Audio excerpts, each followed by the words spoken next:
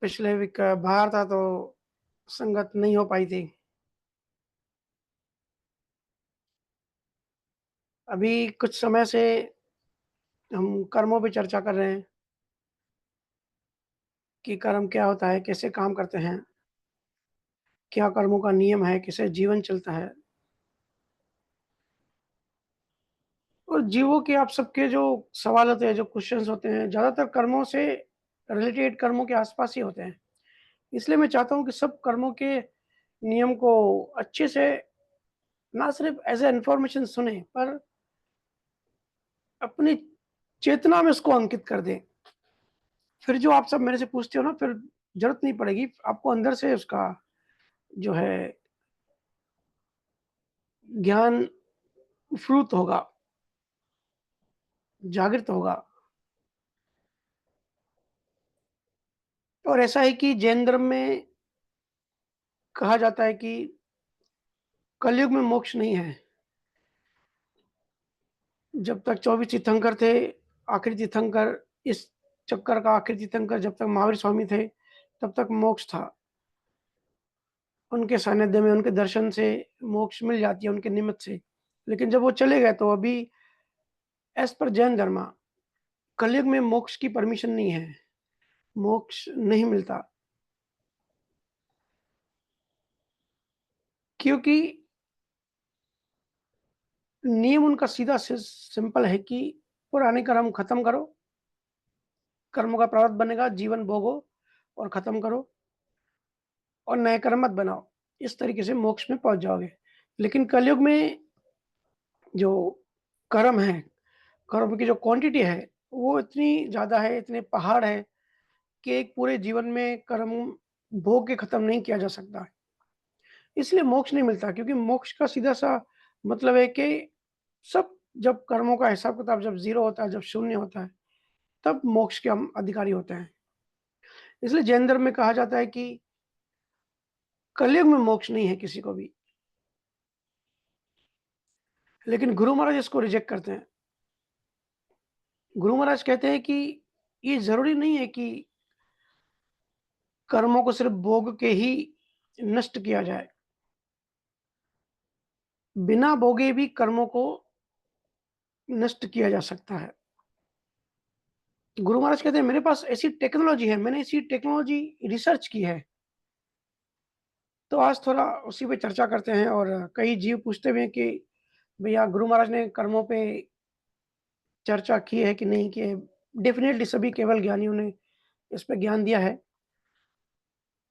तो कुछ साखियाँ गुरु महाराज की कर्मों से रिलेटेड समझते हैं कि गुरु महाराज हमको क्या समझाना चाहते हैं। मुझे पता है आप सबके बहुत सारे सवाल पेंडिंग हैं, तो उसके बाद सवाल-जवाब का जो सेशन है, वो स्टार्ट करते हैं। तो ज़्यादा समय न गँवाते हुए गुरु महाराज की साखी को समझते हैं। गुरु महाराज कहते हैं, "बजना रे प्राणिया क्या अर्थ विचारे, पढ़या गुण या माने नहीं, जम जमरो मारे।" गुरु महाराज कहते हैं, "बजना रे प्राणिया, हे प्राणी भजन करो, सुमिरन करो, क्या अर्थ विचारे।" ये वेदों में, पुराणों में तुम क्या अर्थ को ढूँढ रहे हो? क्या उसको डिकोड कर रहे हो? क्या उसका रटाफिकेशन कर रहे हो? प्रणय गुण या मानी नहीं, जम जमरो मारे। कितनी भी पढ़ाई कर लो, कितनी भी इन्फॉर्मेशन ले लो, सिर्फ़ याद करने से, इवन अध्यात्म के ज्ञान को भी सिर्फ़ याद करने से, बिना अनुभव के सिर्फ़ पढ़ोगे तो जम जमरो मारे, जो काल है, वो छोड़ेगा नहीं। यमराज जो है वो आपको मारेगा। और आज के ज़माने में अगर गुरु महाराज होते तो सिर्फ़ वेद पुराण की बात नहीं करते। आज वो ये भी कहते कि सिर्फ़ यूट्यूब से इन्फॉर्मेशन मत लो। यूट्यूब से इन्फॉर्मेशन लेने से कोई मोक्ष नहीं मिलता।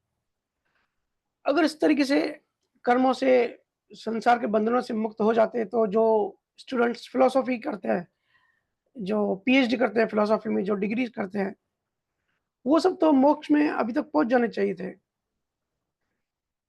क्योंकि सारे नियम, सारे गुरु का ज्ञान वो याद करते हैं।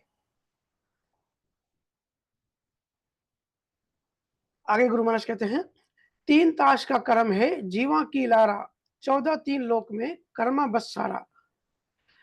कहते हैं 3 ताश का कर्म है, 3 टाइप के कर्म है, जैसे हम हमेशा चर्चा करते हैं, प्रारब्ध कर्म, संचित कर्म और क्रियामान कर्म। जीवा की लारा, ये जो कर्मों का जो जंजाल है, ये जो नियम है, ये जीवात्मा के पीछे साए की तरह लगे ही रहते हैं, चाहे जीवात्मा किसी भी लोक में हो। 14 तीन लोक में, 3 लोक 14 भवन, मतलब उसमें पाताल, स्वर्ग, नरक, ये मृत्यु लोक, सारे लोक आ गए। 14 लिख 14 तीन लोक में कर्मा बस सारा, हर लोक में कर्मों का राज्य है, कर्मों की ही करेंसी चलती है। ये जो संचित, प्रारब्ध, क्रियामान, कहीं भी जाओ, हर जगह कर्मों की करेंसी ही चलती है। स्वर्ग में जाओ, नरक में जाओ,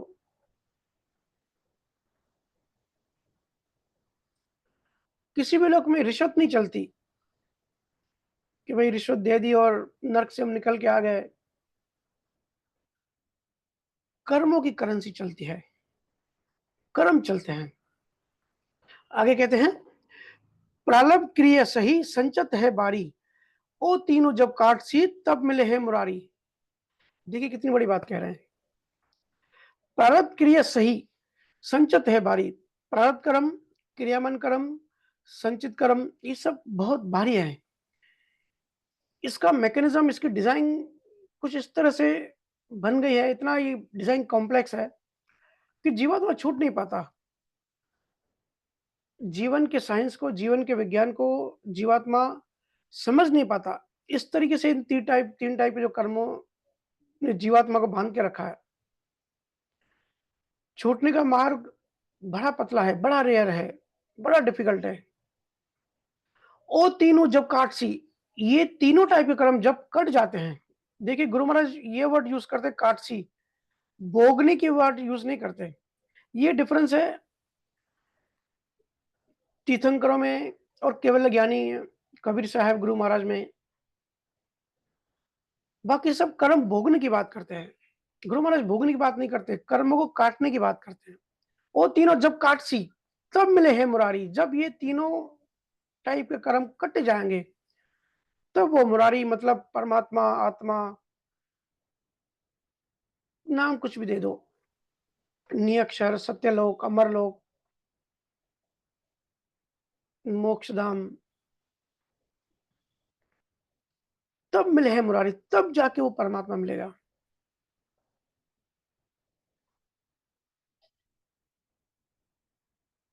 और गुरु महाराज एक अलग साखी में, अलग जगह पे जैन धर्म फॉलो करने वालों को काफी, उनको भी ज्ञान देने की गुरु महाराज ने एक सहज कोशिश की।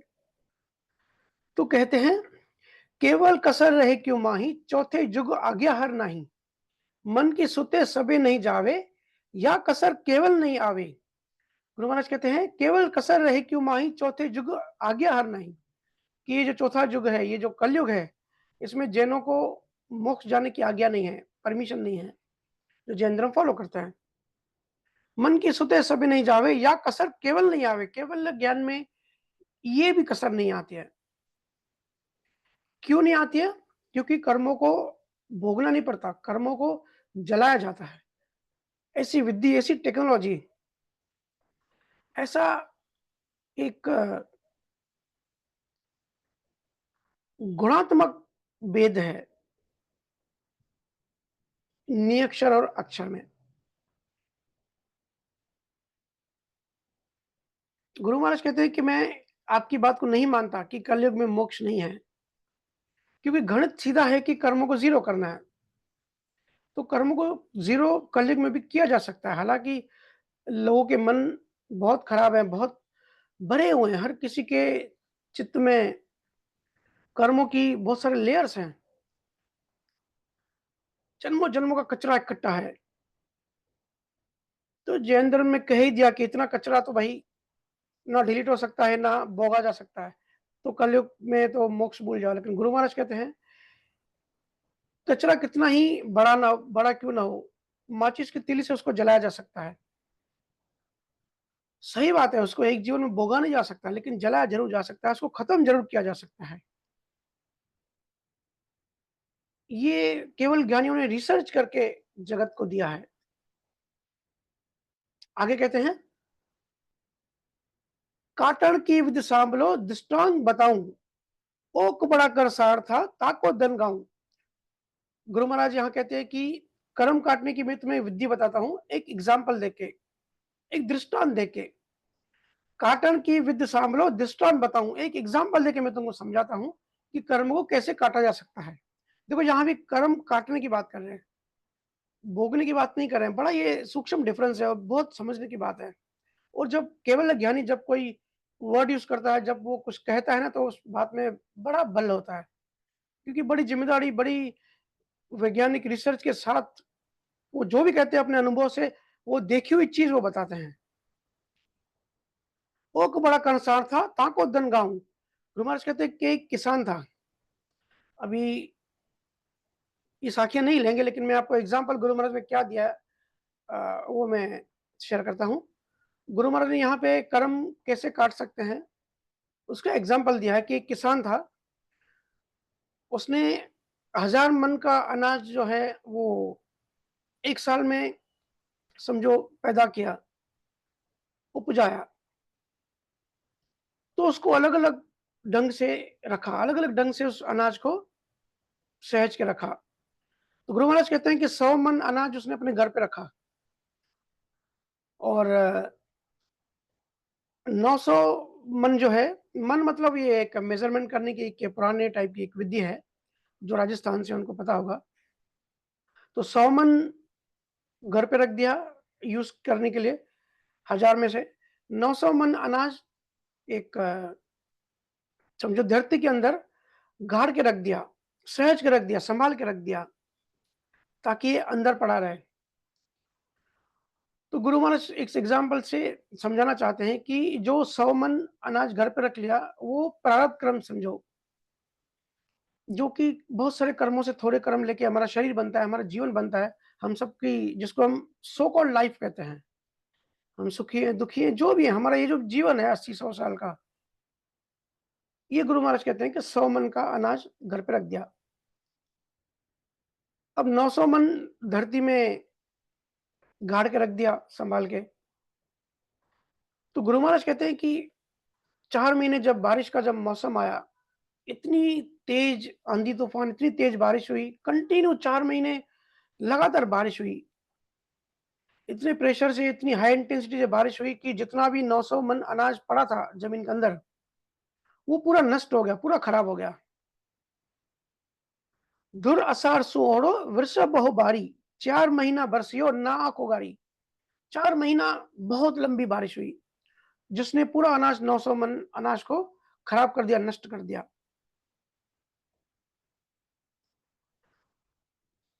तो गुरु महाराज कहते हैं कि फिर इतनी बारिश हुई, फिर नया अगर अनाज हमको पैदा करना है खेत में जाके, लेकिन उस बारिश ने खेत को भी नष्ट कर दिया, उस खेत को भी इतना खराब कर दिया कि उसमें नया अनाज पैदा नहीं हो सकता, मतलब खेती उजड़ गई।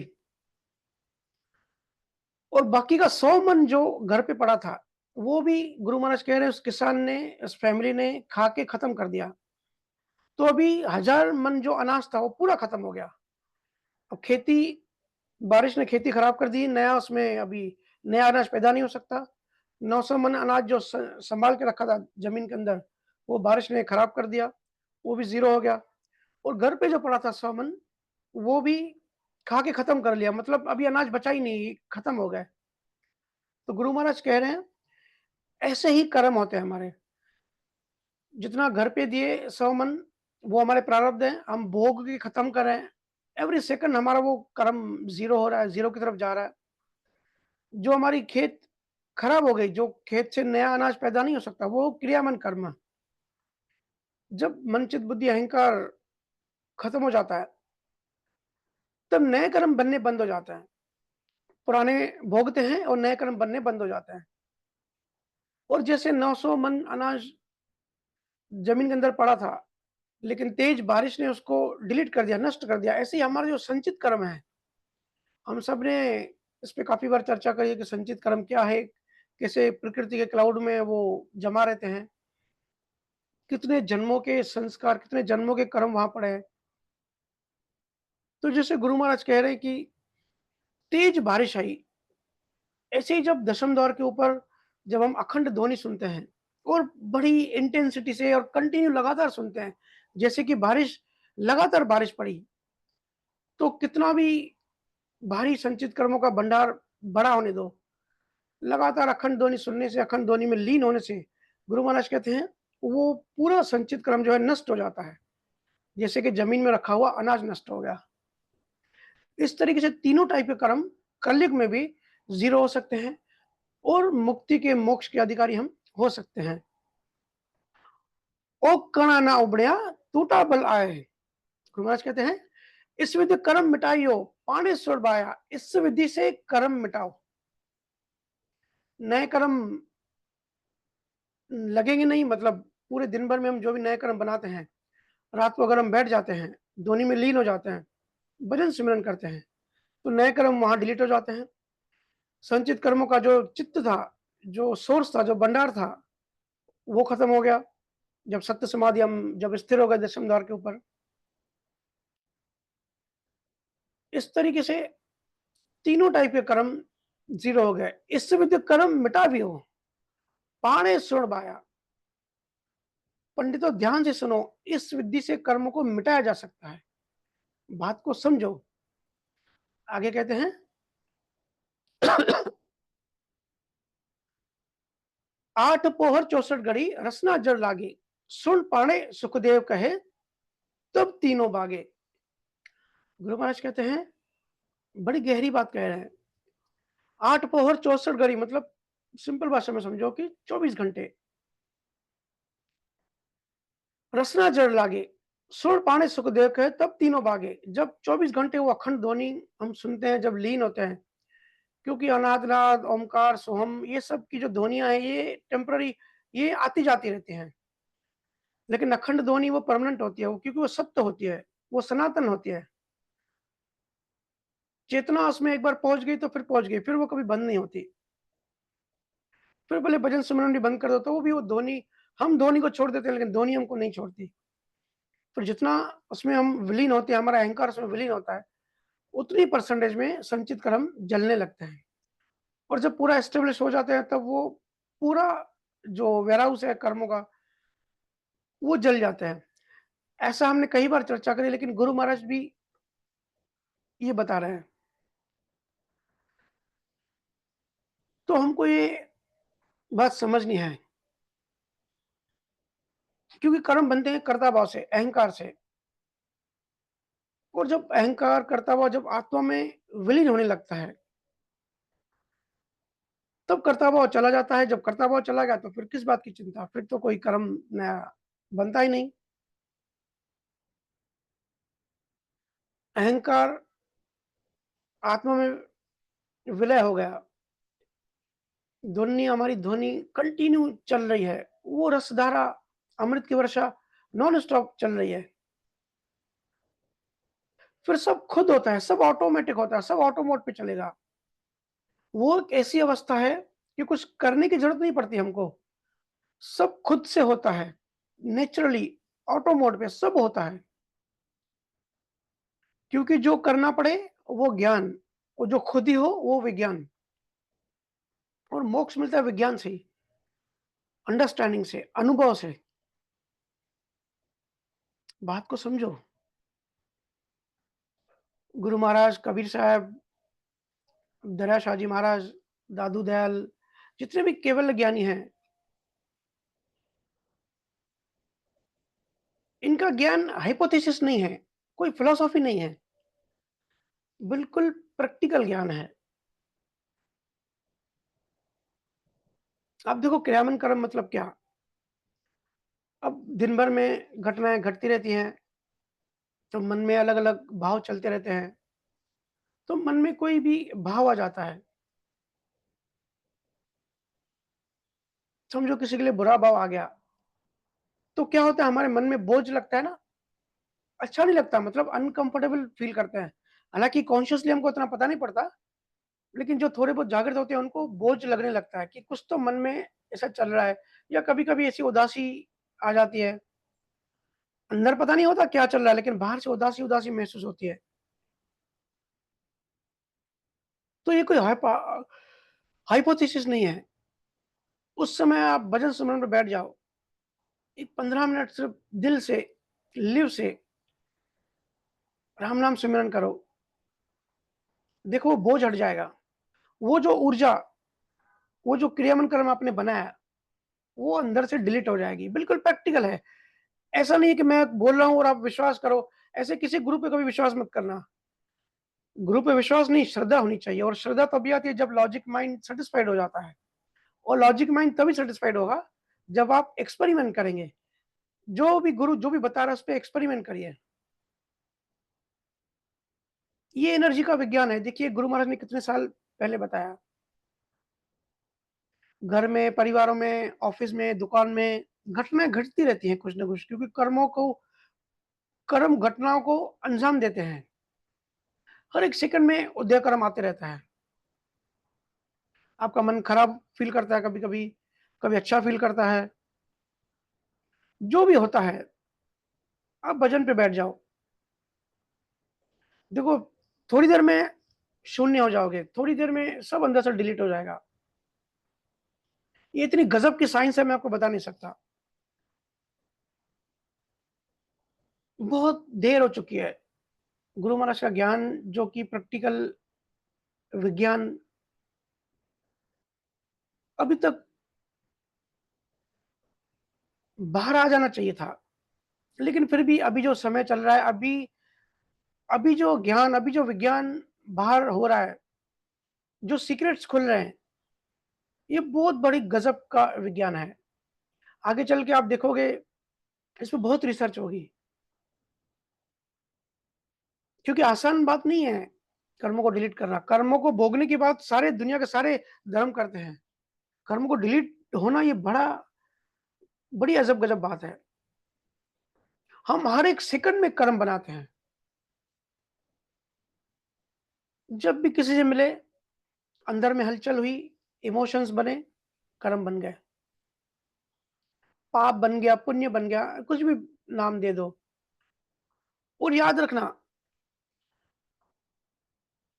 पाप और पुण्य दोनों ही बंधन है, दोनों ही जंजीर है। हम कहते हैं ना, पाप का घड़ा भर गया इसका, तो पाप का घड़ा ही नहीं भरता, पुण्य का अहंकार भी बढ़ता है। दोनों ही बंधन है। तो प्रारब्ध कर्म भी का भी अगर थोड़ा-सा विश्लेषण, थोड़ा-सा एनालिसिस, थोड़ी रिसर्च करेंगे तो बड़े अजीब तरीके से ये संसार चलता है। यहाँ इंसानों की लाइफ अभी 70, 80, 100 साल है। देखो मच्छरों की लाइफ 4-5 दिन होती है। शार्क मछलियों 500 साल तक जीती हैं।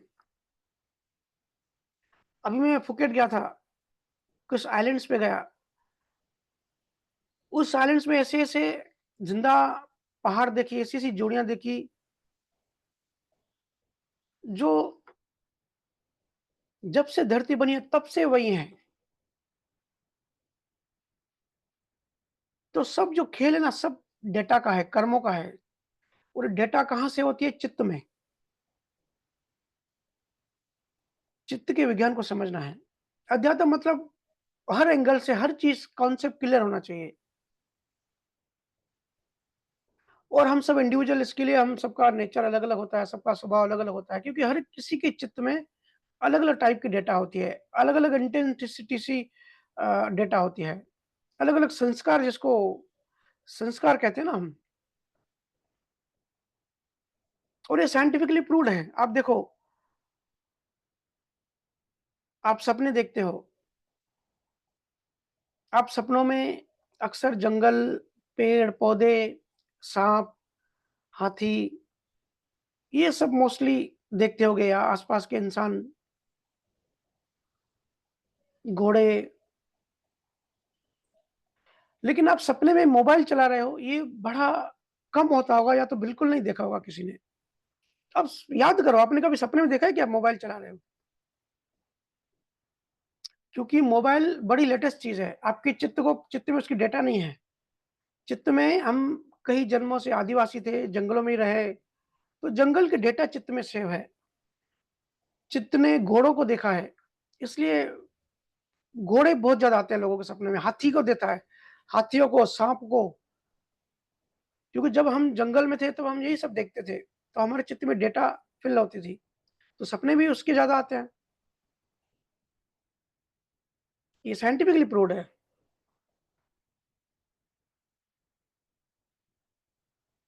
थोड़ा एनालिसिस करना इन चीज़ों पे।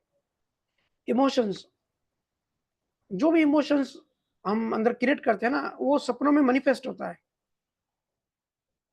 जो भी अरमान, एनर्जी हम दबाते हैं, वही दबी हुई ऊर्जा आपके चित्त में सेव होती है, वही सपनों में आती है, वही बाहर आती है, अक्सर। क्योंकि चित्त में डेटा सेव होती है। गुरु महाराज कहते हैं, मन, चित्त, बुद्धि, अहंकार जो है ये शिव ब्रह्म तक उनकी यात्रा है, शिव ब्रह्म तक ये खत्म होते हैं। वो उनका सोर्स है, वहाँ से आते हैं और वहीं वापस जाके खत्म हो जाते हैं। तो जब जब तक किसी की चेतना शिव ब्रह्म तक नहीं पहुँचती, उसके साथ मन, चित्त, बुद्धि, अहंकार लगा रहता है। या ऐसे समझो सिंपल भाषा में कि मन, चित्त, बुद्धि, अहंकार का मयका है शिव ब्रह्म। शिव ब्रह्म जो एरिया है, वो मयका है मन, चित्त, बुद्धि, अहंकार का। वहीं से आती है और संसार बसाती है। तो जब तक हम वहां तक नहीं पहुंचेंगे यात्रा करके प्रैक्टिकली, ये हमारे साथ लगा ही रहेगा। हम बातें कितनी भी कर लें, कितनी भी डिबेट कर लें, डिस्कशन कर लें, किताबें ग्रंथ पढ़ लें, यूट्यूब देख लें, सब कर लें, यात्रा बिना सब खोखला है। सपनों का देखो ना, चर्चा चल रही है सपनों की। सपने बहुत सारे चलते हैं। एक रात में जब आरईएम, डीप स्लीप, जब डेल्टा स्लीप होती है, तब बहुत सारे सपने एक इंसान एक रात में देखता है। लेकिन जब हम जागते हैं, हमको हार्डली 1 या 2 याद होता है, बाकी सब हम भूल जाते हैं। तो सपनों को ज्ञात सत्ता कहते हैं। जो सपना हमको याद है, उसी को हम सपना कहते हैं। बाकी जो इतनी सारी हमने फ़िल्में देखी, इतना जीवन देखा अंदर, इतना कुछ देखा, सब भूल जाते हैं क्योंकि डायमेंशन बदल जाता है। तो हमको पता नहीं होता, हमको एहसास नहीं होता। तो जो सपना हमको याद होता है, उसको ज्ञात सत्ता कहते हैं।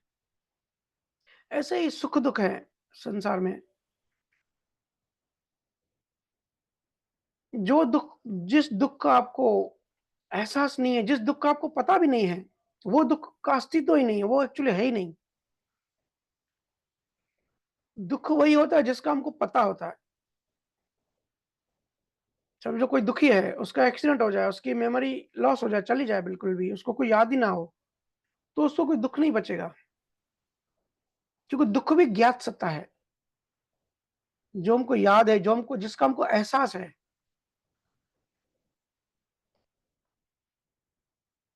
और जिसको हम जीवन समझते हैं, ये सब प्रारब्ध कर्मों का खेल है।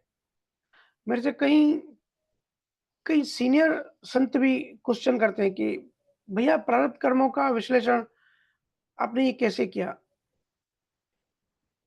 अरे भई, जो है जैसा है अभी,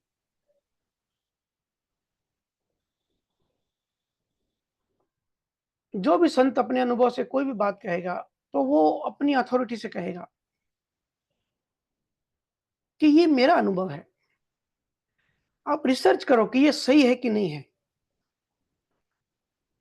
इसलिए मेरे पास लोग आते हैं कि जीवन में बहुत दुःख है, बहुत तकलीफ है। मोस्टली सबकी चेतना दुःख-सुख में ही लगी रहती है, संसार में लगी रहती है। तो क्वेश्चन भी ऐसे आते हैं। मैं एक ही बात कहता हूँ कि देखो भाई, कोई बाबागिरी नहीं है, कोई ऐसे सर पे हाथ रखूँगा ठीक हो जाओगे, ऐसा कुछ नहीं है। प्रारब्ध कर्म है, भोगो।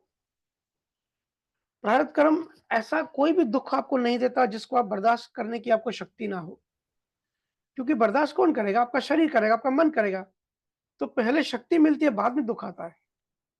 तो फिर क्या करें? मैं कहता हूँ स्टिल रहो, मौन रहो, शांत रहो, कोई रिएक्शन मत दो, बस उसको चलने दो, गुज़रने दो, समय को गुज़रने दो, प्रारब्ध कर्म कर्म के असर को गुज़रने दो,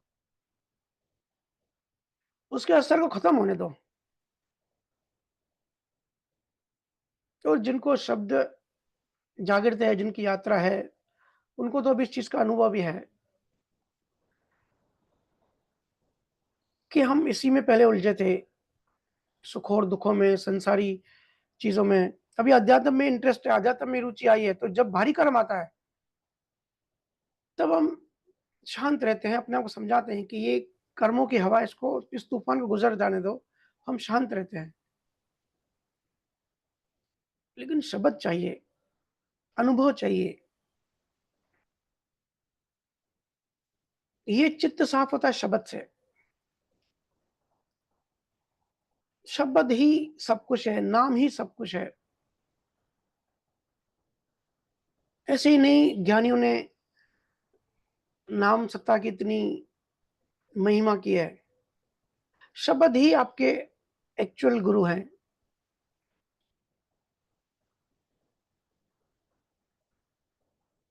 और शब्द आपके अंदर है ही, आदि से आपके अंदर ही है, अप्रगट रूप में।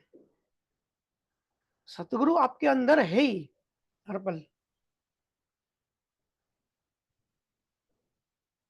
बाहर वाला जो गुरु है, वो आपको आपके अंदर वाले गुरु से मिलाता है, इसलिए पूजनीय है। क्योंकि स्पार्क से वो सोई हुई चीज़ को जगा देता है। ये गुरु महाराज ने कहा है। और राम नाम सिमरन का समझने से विज्ञान पूछते हैं। देखिए, वो भी 52 अक्षरों में है। राम नाम कोई निअक्षर नहीं है, क्योंकि राम ये भी वर्ड है ना, ये भी भाषा है। जो भी वर्ड में आ गया, जो भाषा में आ गया, जो मुँह से बोल सकते हैं, वो निअक्षर नहीं है। इसलिए कोई इसकी व्याख्या नहीं कर सकता। देखो कृष्ण ने कितना ज्ञान दिया अर्जुन को, लेकिन निअक्षर की व्याख्या नहीं कर सका। अव्यक्त शक्ति या अव्यक्त ब्रह्मा कहा उसको। अक्षर ब्रह्म, निअक्षर ब्रह्म। लेकिन राम नाम का 52 अक्षरी होते हुए भी उसका महत्व है, क्योंकि मैजिकल वर्ड है, एक विज्ञान है, एक ऊर्जा, एक शक्ति उसमें छुपी है। राम नाम दिया जाता है ताकि आपके जो पुराने नाम आपके चित्त में पड़े हैं, पुरानी डेटा, पुराने संस्कार, पुराने ढेरों सारों नाम आपके अंदर कितने जन्मों से आपके अंदर पड़े हुए हैं। तो राम नाम हम सबको डिलीट करता है, आपके अंतर्मन से सब साफ करता है, बड़ा झाड़ू लगाता है अंदर से। आप सब अपने अपने घर में झाड़ू लगाते हो ना, ऐसे ही राम नाम अंदर से झाड़ू लगाता है। इसलिए अध्यात्म को वाइड कॉन्सेप्ट क्यों कहते हैं और मल्टी डायमेंशनल क्यों कहते हैं? अध्यात्म में समझना है कब क्या कैसे काम करता है, कौन सी चीज, कौन सा डिपार्टमेंट किसके अंदर आता है,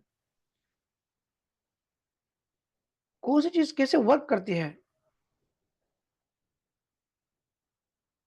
हर चीज का अलग जगह पे अलग महत्व है। याद रखना,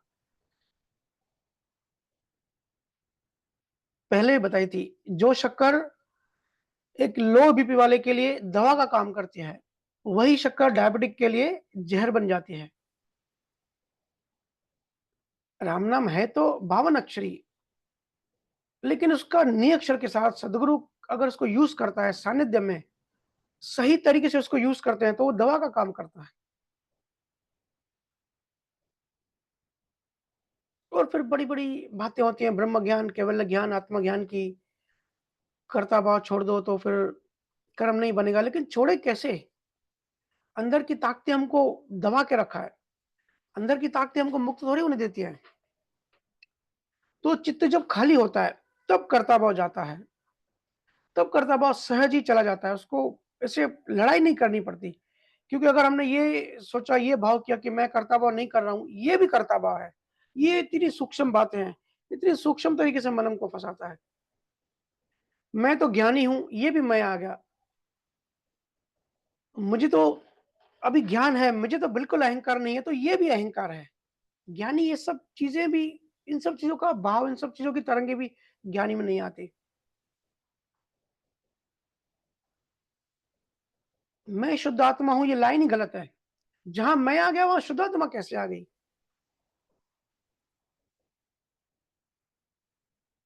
अकर्ता तो एक सहजता की पराकाष्ठा है।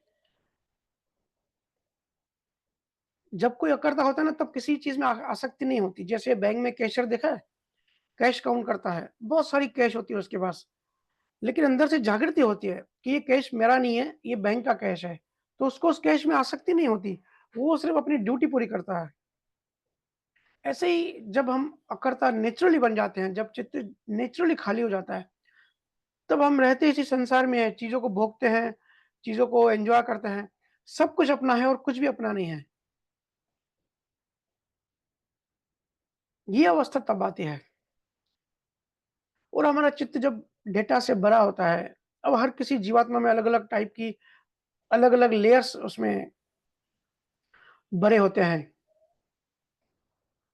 और अगर किसी-किसी में, और आजकल तो हर किसी में ही ऑलमोस्ट ऐसा कहा जा सकता है, इतनी डेटा अंदर भरी हुई है, तो नेचुरली ही हर किसी में हम नेगेटिविटी, हर किसी में हम माइनस पॉइंट ही ढूँढते हैं। हम चाँद में भी दाग को देखते हैं, चाँद की खूबसूरती नहीं देखते हैं। ताजमहल को भी ऐसे देखते हैं कि ये कोई खूबसूरत नहीं है, ये तो पीला होते जा रहा है। हम जो हर किसी चीज़ में जब नेगेटिव देखते हैं ना, बहुत लोग होती है ऐसी, मॉस्किटो साइकोलॉजी कहते हैं, मतलब मच्छर, मच्छर जैसा मन।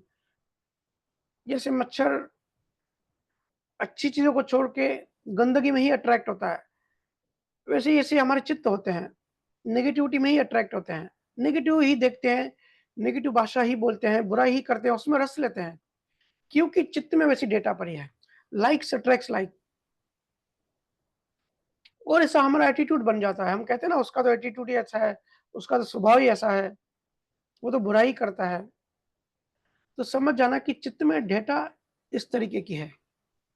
कोई अध्यात्म, कोई रॉकेट साइंस नहीं है, सिर्फ़ सतगुरु मिलने से एक-एक कॉन्सेप्ट जब क्लियर होता है, तब हमारी आंतरिक बुद्धि खुलने लगती है। फिर हम राइट डायरेक्शन में आगे बढ़ते हैं। फिर हम सब चीज़ों से मुक्त होते जाते हैं। फिर बच्चे जैसे आनंद में होते हैं, बच्चे जैसे मस्ती करते हैं, बच्चे जैसे मुस्कुराते हैं, हँसते हैं, किसी की परवाह नहीं करते। लोग क्या कहेंगे? सबसे बड़ा रोग, क्या कहेंगे लोग? ये मन से निकल जाता है। ना किसी को खुश करना है, ना किसी को दुखी करना है, ना किसी को इम्प्रेस करना है, ना किसी की चमचागिरी करनी है, ना कुछ पाना है, ना कुछ ना पाना है, ना कुछ बनना है, ना कुछ ना बनना है। जो है, जैसा है, मस्त है, अभी मैं मस्त हूँ। ये अवस्था आती है चित्त में सफाई के बाद।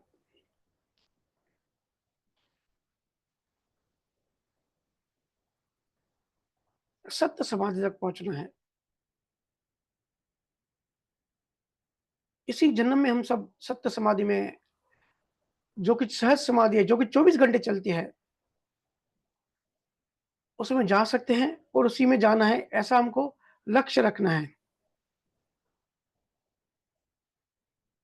फिर वो अवस्था ऐसी हो जाती है, जैसे बुखार में हमको खाना अच्छा नहीं लगता। खाना तो पड़ा रहता है सामने, लेकिन बुखार शरीर की इस ऐसी अवस्था कर देता है कि हमको खाना अच्छा नहीं लगता। ऐसे ही जब सत्य समाधि घटती है, तब देहाध्यास खत्म हो जाता है, हमको कुछ अच्छा नहीं लगता और सब कुछ अच्छा लगता है। संसार पूरा फीका-फीका लगता है, जैसे मुँह फीका हो जाता है ना बुखार में। तो सत्य समाधि ऐसी अवस्था समझो कि सब फीका हो जाता है। ये रंगीन दुनिया, ये ग्लैमरस, सब पे हँसी आएगी, क्योंकि उसको परमात्मा का बुखार चढ़ गया। उसको प्रेम का बुखार चढ़ गया। और देखो, प्रेमी में बड़ी हिम्मत होती है। प्रेमी संसार से डरता नहीं है। आप देख लो, मीरा की बायोग्राफी पढ़ो, नरसिंह मेहता को देखो, बहुत सारे ऐसे एग्ज़ाम्पल्स हैं। तो गुरु महाराज ने बिल्कुल व्याख्या की है कर्मों की, और कर्मों को डिलीट करने की वैज्ञानिक और सरल भाषा में हमको बताया है कि ये प्रैक्टिकली कलयुग में पॉसिबल है। सिर्फ बात है डिकोड करने की, समझने की और उस मार्ग में चलने की। तो अभी आप लाइव सवाल या क्वेश्चन कर सकते हैं, जो भी है। जी भैया।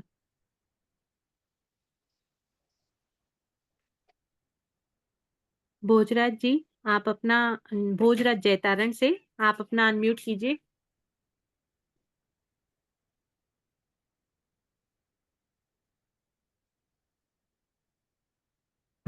राम राम गुरुजी, प्रणाम।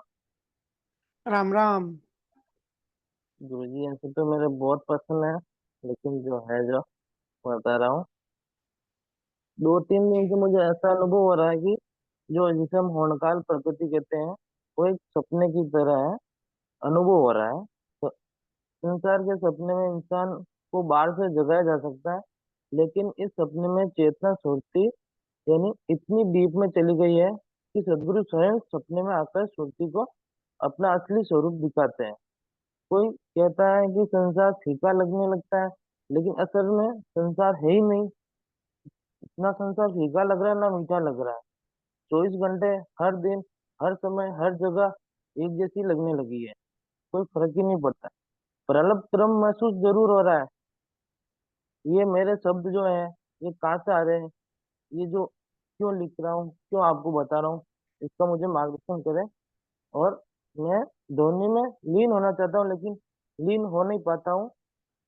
पता नहीं चेतना कहाँ फंसी है, उस चेतना को वहां से रिलीज कर। राम राम।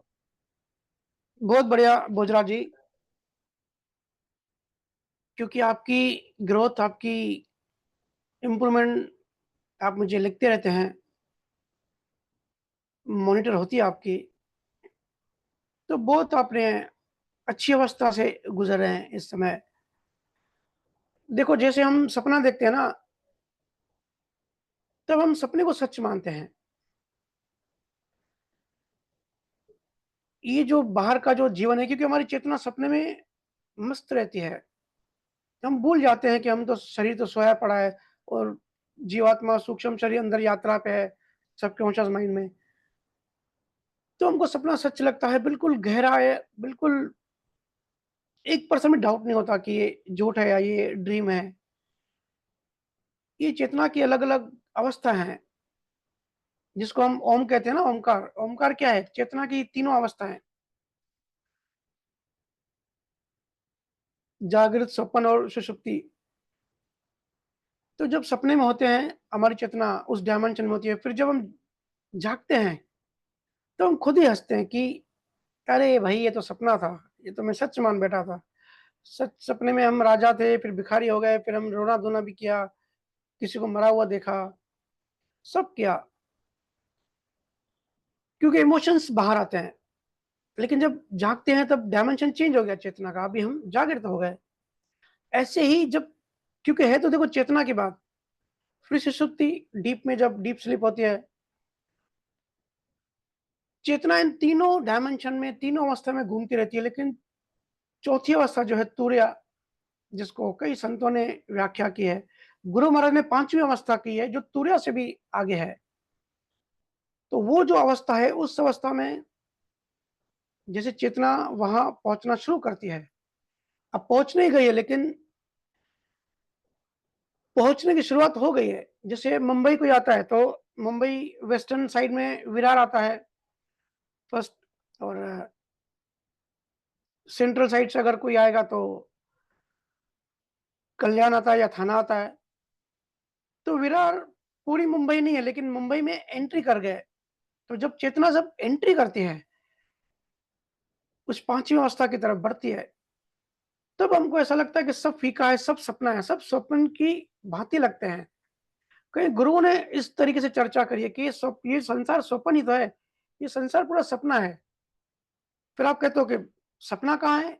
ये तो मेरे भाई-बहन हैं, ये तो सामने खड़े हैं, मुझे भूख लगती है, मुझे प्यास लगती है।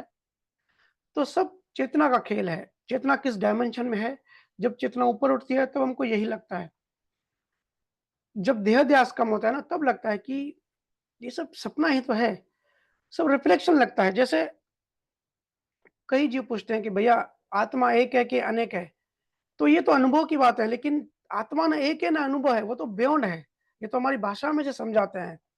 तो सिंप्लीफाई करने के लिए इसे समझाते हैं कि समझो एक चाँद है, अब चाँद एक है, ज़मीन पे 5 ऐसे पानी के जो तालाब हैं, ऐसे तालाब में पानी भर के रखो या बड़े से बर्तन में पानी भर के रखो, तो 5 चाँद आ जाएँगे। लेकिन चाँद तो एक ही है ओरिजिनल, तो 5 कैसे आ गए? समझो वो पानी बिल्कुल स्थिर है, तो बिल्कुल वो चाँद जैसा ही लगेगा, तो वो रिफ्लेक्शन होता है। ऐसे ही चेतना का भी रिफ्लेक्शन होता है। ये बड़ी गहरी बातें हैं। ये मैं जनरली वन टू वन करता हूँ। सत्संग में ऐसी गहरी बातों की चर्चा हम जनरली नहीं करते।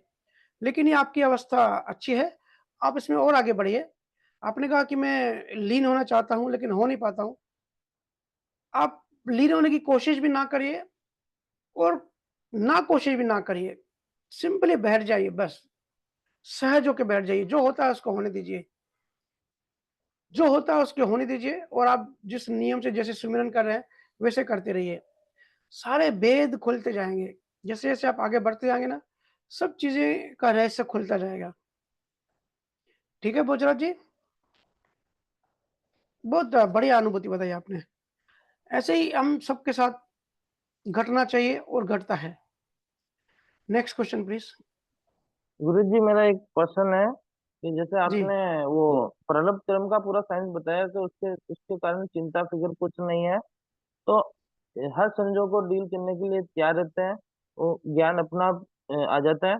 तो जब हमारा शरीर का प्रलभ क्रम खत्म होगा, जैसे मानो शरीर का प्रलभ खत्म होगा, तो उस संजोग को कैसे डील करें और उसमें कैसा अनुभव या कैसा महसूस करें या कैसी हमारी स्थिति होनी चाहिए। देखिए शरीर का प्रारब्ध खत्म होने का मतलब है मौत। हमारा शरीर जीवित ही तब तक है जब तक प्रारब्ध कर्म है, क्योंकि श्वासें मिलती है प्रारब्ध कर्मों से। प्रारब्ध कर्म खत्म हुआ मतलब श्वासें खत्म हुई मतलब हमारा शरीर छूट गया। हम जो जीवात्मा हैं, वो मर्ज है फिज़िकल बॉडी से और तब तक मर्ज है, तब तक एक है, तब तक अंदर है, प्राण है जिसको प्राण कहते हैं।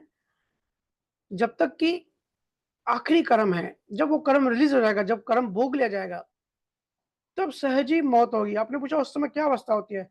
उस समय जीवन भर में हमने जो कर्म बनाए, जैसे हमारा चित्त का एटीट्यूड था, जैसे हमने ज्ञान समझा, ज्ञान कमाया, अज्ञान समझा, अज्ञान कमाया, जिस तरीके से हमने जीवन बिताया और पास्ट लाइफ के हमारे जो कर्म हैं, उनका कितना असर हुआ, इन सब का एवरेज बनता है और वो एवरेज मौत के समय हर जीवात्मा के सामने आके खड़ा हो जाता है। फिर आगे की गति उस कर्मों के हिसाब से, उस एवरेज के हिसाब से आगे गति होती है। हर किसी का लेवल, हर किसी के कर्म अलग-अलग होते हैं, यूनिक होते हैं। हर किसी की चित्त की जो मनोदशा है, वो अलग-अलग होती है। कोई डीप अज्ञानी होगा तो वो मौत को एक्सेप्ट नहीं करेगा, वो स्ट्रगल करेगा, लड़ाई करेगा, तड़पेगा, रोएगा अंदर में। तो नेक्स्ट जन्म में ये भी कर्म बन जाता है। फिर नेक्स्ट जन्म में उसकी प्रीमेच्योर डिलीवरी होगी। जो भी हम बच्चा देखते हैं ना, 7वें 8वें महीने में पैदा हुआ, ये समझ जाओ कि वो पिछले जन्म में उसने बहुत स्ट्रगल किया, उसने मौत को एक्सेप्ट नहीं किया। तो इस तरीके से जैसा मन होता है, जैसा उस समय एवरेज होता है हमारे पूरे जीवन भर का, आगे गति वैसे होती है हमारी। ठीक है? Next question. जी भैया। विनीता साहू रायपुर से, आप अपना अनम्यूट कीजिए।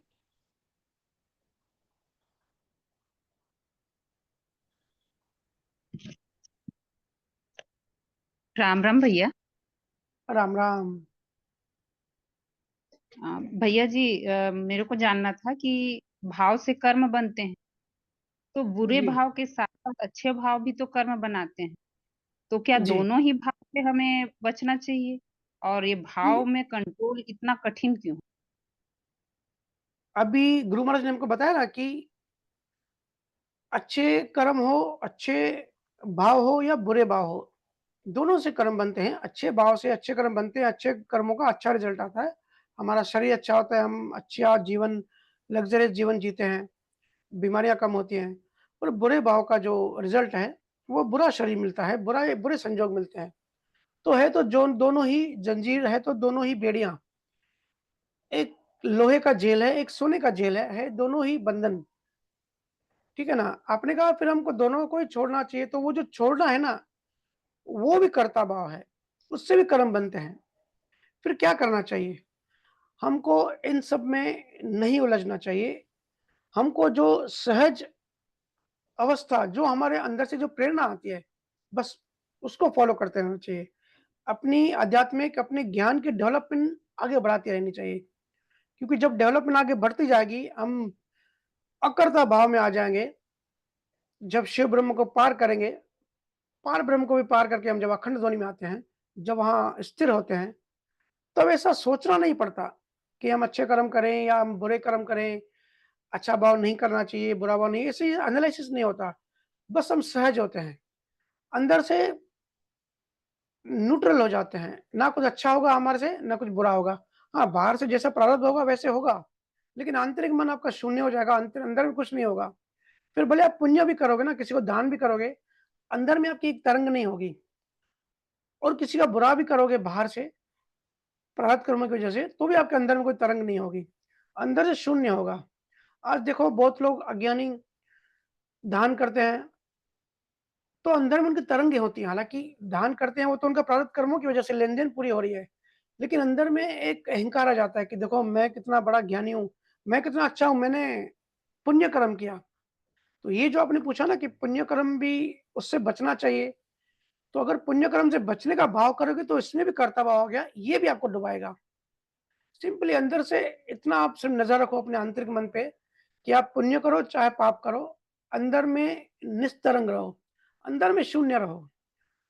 अंदर की बात मेन है, साइंस पूरा अंदर का है। अगर आप किसी को हेल्प कर रहे हो, किसी को दान कर रहे हो, प्रारब्ध कर्मों के जैसे लेन-देन हो रही है, तो अंदर में शून्य रहो।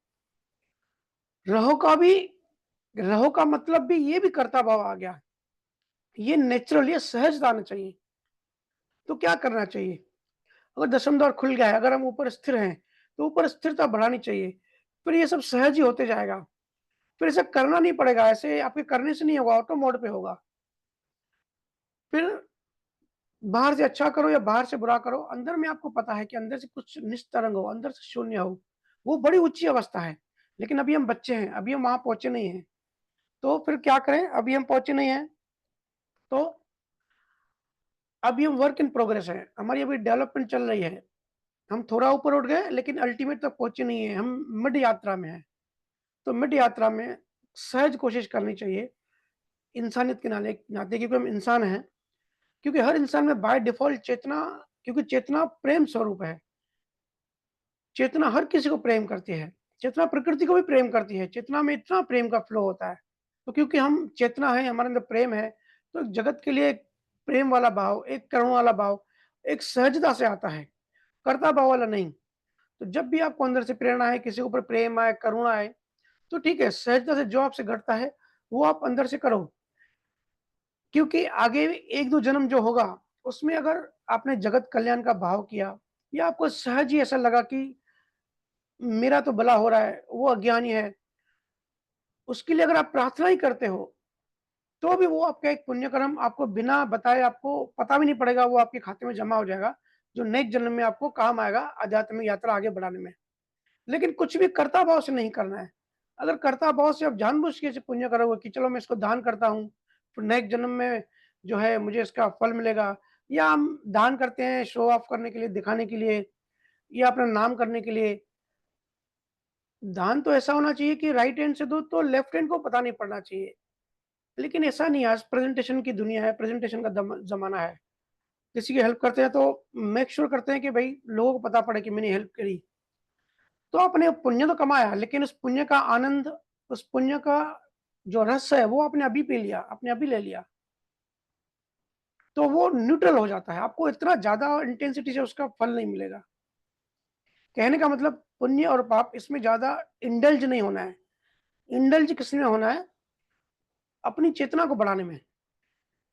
जब तक चेतना उस अवस्था तक पहुँचे, तब तक जो भी सहज अवस्था में आता है, बस एक जागृति रखें, एक ऑब्ज़र्वेशन रखें, क्योंकि जब हम कर्ता भाव में होते हैं, तब हम ऑब्ज़र्व नहीं कर सकते, और जब ऑब्ज़र्व करते हैं, तब कर्ता भाव में नहीं हो सकते। तो सहज प्रक्रिया से आपके अंदर प्रेम अगर फ्लो होता है, तो उसको भी देखिए कि ठीक है, प्रेम आ गया, एक करुणा आ गई, एक सबका मंगल हो ऐसा भाव आ गया। लेकिन उस भाव में अगर कर्ता भाव नहीं होगा, तो उसका जो है, उसका आपने आनंद नहीं लिया, उसका आपने रस नहीं लिया, मतलब अहंकार को फूड नहीं दिया, तो उसका फल ये मिलेगा कि आगे का जो नेक्स्ट जन्म होगा, आपको ऐसा संजोग मिलेगा, ऐसा माहौल मिलेगा, आपको संतों से आपको संगत मिलेगी, संतों से उठना-बैठना होगा और आगे की यात्रा सहज और सुखद होगी। देखो, आज आप सब कहते हैं ना, बहुत सारे पति कहते हैं कि भैया पत्नी सत्संग सुनने नहीं देती। बहुत सारी पत्नियाँ कहती है कि पति ज्ञान में आने से डिस्टर्ब करता है या रोकता है। ये सब क्यों होता है? क्योंकि कभी न कभी इस तरीके से भाव, इस तरीके से कर्म आपने बनाए थे। कोई-कोई कहता है कि मेरे संजोग बड़े अच्छे हैं। कोई-कोई कहता है ना कि भई घर बैठे हमारे गुरु हमारे घर आ गए, घर बैठे हमको ज्ञान मिल रहा है। क्योंकि वो आपने कमाया है, क्योंकि आपने पिछले जन्मों में ज्ञान में हेल्प करी थी, एक सहज भाव से, है ना? तो बड़ी सूक्ष्म इसका विश्लेषण है। ये तो सब्जेक्टिव है, ऑब्जेक्टिव नहीं है। सब आप अंदर में क्या फ़ील करते हो, ये आप ही जानते हो कि किसी की हेल्प करी किस भाव से, हमारा उसमें पीछे नियत क्या थी, हमारा इंटेंशन क्या था? हमारा इंटेंशन ये था कि हमारे अहंकार को रस मिले, हमको 4 लोगों को पता पड़े तो हमको मज़ा आए, या एक शुद्ध भाव जिसको कहते हैं, हमारी नियत ऐसी थी कि सही में किसी का भला हो, चेतना से जो आता है। तो ये भाव इतने सूक्ष्म तरीके से काम करता है, जैसा भाव होगा वैसे कर्म बनेंगे, है ना? तो अल्टीमेटली है तो सब बंधन ही। इसलिए गुरु महाराज ने कहा, शिव ब्रह्म जो है वो मन, चित्त, बुद्धि, अहंकार का मयिका है। उसको वहाँ छोड़ दो। वो चेतना जब आगे बढ़ जाती है, तब उसके अंदर तरंग नहीं होती। तरंग क्यों नहीं होती? क्योंकि अब मन नहीं है, अब चित्त नहीं है, जिस चित्त में पूरे इमोशंस थे, जिस चित्त में डेटा थी। अब अहंकार नहीं है, जो कर्ता भाव करता था, जो चिंता करता था। तो ये सब पीछे छूट गए, हंस चेतना आगे बढ़ गई, तो उसके अंदर कोई तरंग नहीं होती क्योंकि वो चेतना है। तो उस समय जो होता है, वो सहज होता है। इसलिए उस अवस्था तक पहुँचने की कोशिश करें। अभी हमने जो इससे पहले सवाल सुना, देखिए सब लोग, सब जीव धीरे-धीरे उस अवस्था तक पहुँच रहे हैं। ये बड़ी खुशी की बात है। कलयुग में जो संजोग बन रहा है, इस संजोग का हमको फ़ायदा उठाना चाहिए। बाकी अगर कोई रियली में निस्तरंग, जितना अंदर से निस्तरंग है, कोई वाइब्रेशन नहीं है, कोई अच्छा भाव, कोई बुरा भाव अंदर नहीं चल रहा है, अंदर से हम शांत हैं, अंदर से शून्य है, यही बड़ी आपकी कमाई है, यही पुरुषार्थ का फल है। अगर ये होता है तो समझो आप सही ज्ञान में, सही मार्ग में आगे बढ़ रहे हो। आपको जो गुरु ने जो प्रक्रिया दी है, जो विधि दी है, वो जो दवा दी है, वो दवा आपकी बीमारी को ठीक कर रही है। ठीक है? Next question. जी भैया। ज्योति इंदौर से, आप अपना माइक अनम्यूट कीजिए। राम राम भैया। राम, राम। भैया आप इंदौर कब आ रहे हैं? इंदौर आऊँगा जल्दी, जब संजोग बना। भैया मेरे 2 प्रश्न हैं, मैं एक-एक करके पूछती हूँ। जी। हुँ।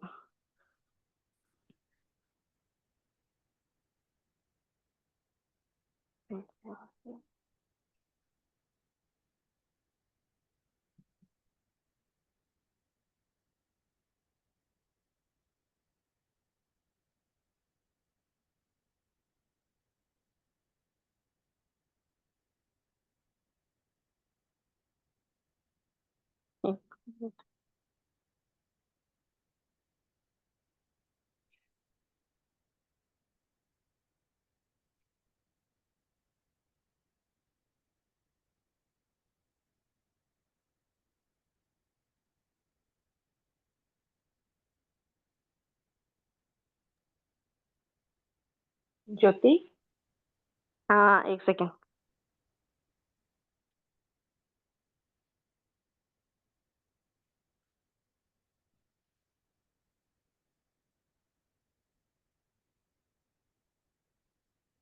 राम राम भैया जी, मैंने कहीं सुना था कि बुढ़ापे के लिए पैसे जमा करके रखने चाहिए, तो मेरी मम्मी पूछ रही है क्या यह सही है भैया जी? ये बिल्कुल गलत है। कहाँ-कहाँ से आप ये सब सुन के आते हो।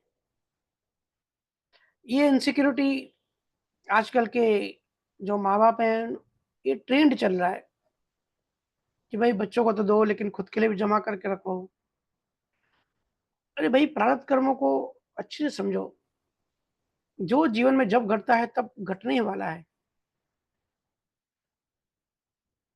अगर आपके प्रारब्ध कर्मों में अंतिम जब आप बूढ़े बन जाओगे, जब 60 अबव हो जाओगे, तब अगर सुख लिखा होगा बच्चों से तो सुख मिलेगा, अगर दुःख मिल लिखा होगा तो दुःख मिलेगा।